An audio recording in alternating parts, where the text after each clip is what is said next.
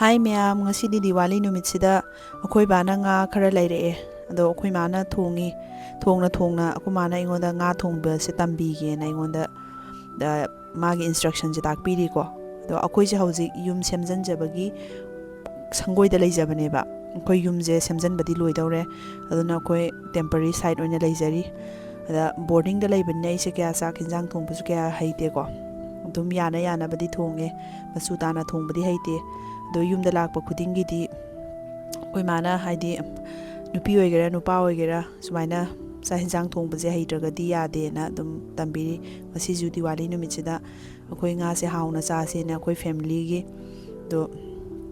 tauri da step se ngonda thongna mama moina ngonda yenghanbiri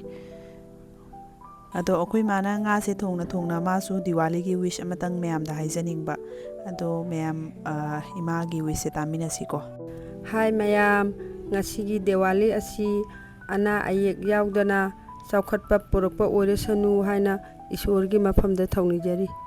Hi ma'am, akoi sumaina sangoida leibasida akoi ibok se ningjange na wari sum sanabane ba koina sangoida leibai mawong sida sidi astar chanba sunatte thaina tumnauna kuppa leibakna phaglang khaba akoi gi sangoi ama leirame ba ibok hoina matamdu da leirambagi ko koina nungsi na sidokhide ba adda ibok sina akoi gi kaino se saksangje ina kuppa ga ing lawe dei mana nongmada ayukta nungdinda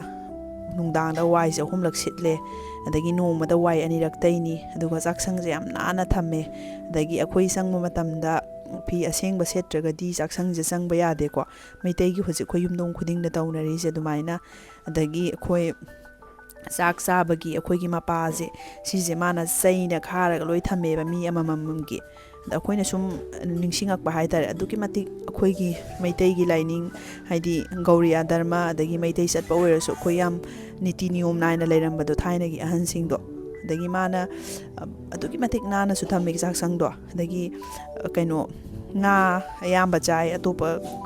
kaino chate aduka sahi mana marfu manga da leikidabado adu ma kemta anai haidi mai masam yam ken gi basu natte maya tin na machade dagi sima nare haiba leite adu mana magi masagi kaino amadagi leikidabane ado karimta di anai yaukide sum wari jali jarak panida akhoi bo khata oiramoi kaino akhoi gi manipur sa leiriba